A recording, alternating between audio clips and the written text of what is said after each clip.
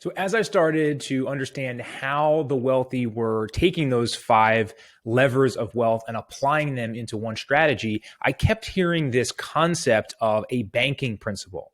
The wealthy ultimately wanted as much control as possible over their assets, their cash. And they kept saying that they wanted to have their own private bank or have this organization that functioned like a bank that they could leverage.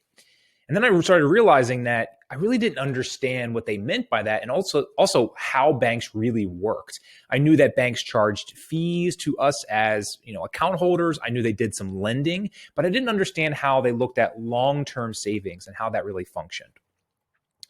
So how banks really make their money is something that I found most people have no idea about. I certainly didn't until I did a deeper dive into this.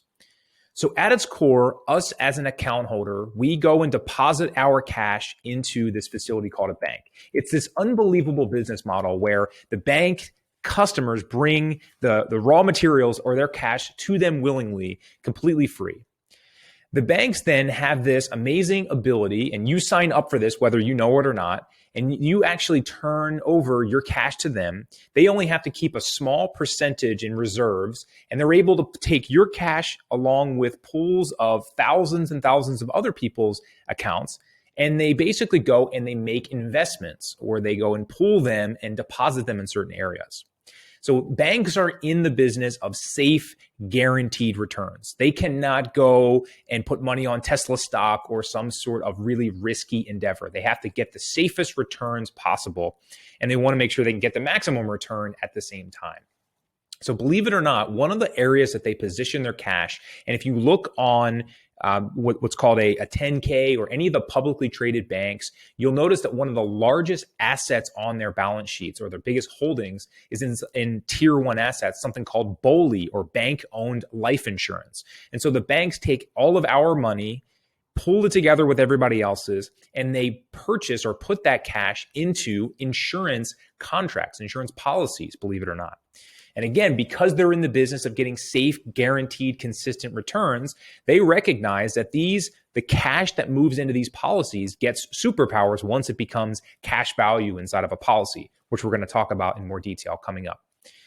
And one of the superpowers that it gets is the insurance company will provide guaranteed growth or guaranteed rate of return at a rate of about 4% back to the policyholder, in this case, the bank.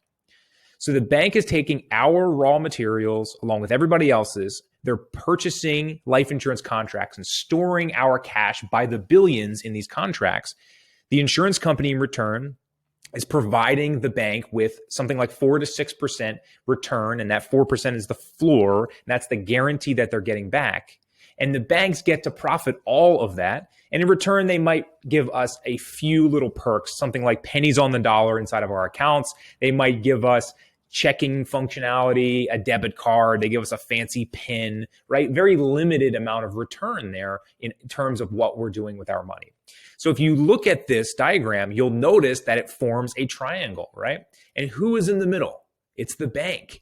The bank acts as the middleman, making massive profits off of its clients and really giving them next to nothing in return other than sort of the safety of having your money inside of a bank. So what the ultra wealthy recognized is, why am I funding the bank's revenue? Why can't I, as the individual or the corporation, take advantage of this whole structure, this policy, and buy the insurance contract myself? Why do I need to put my money into a bank who's making the spread or the margin? So the whole idea behind this concept is to alleviate the middleman.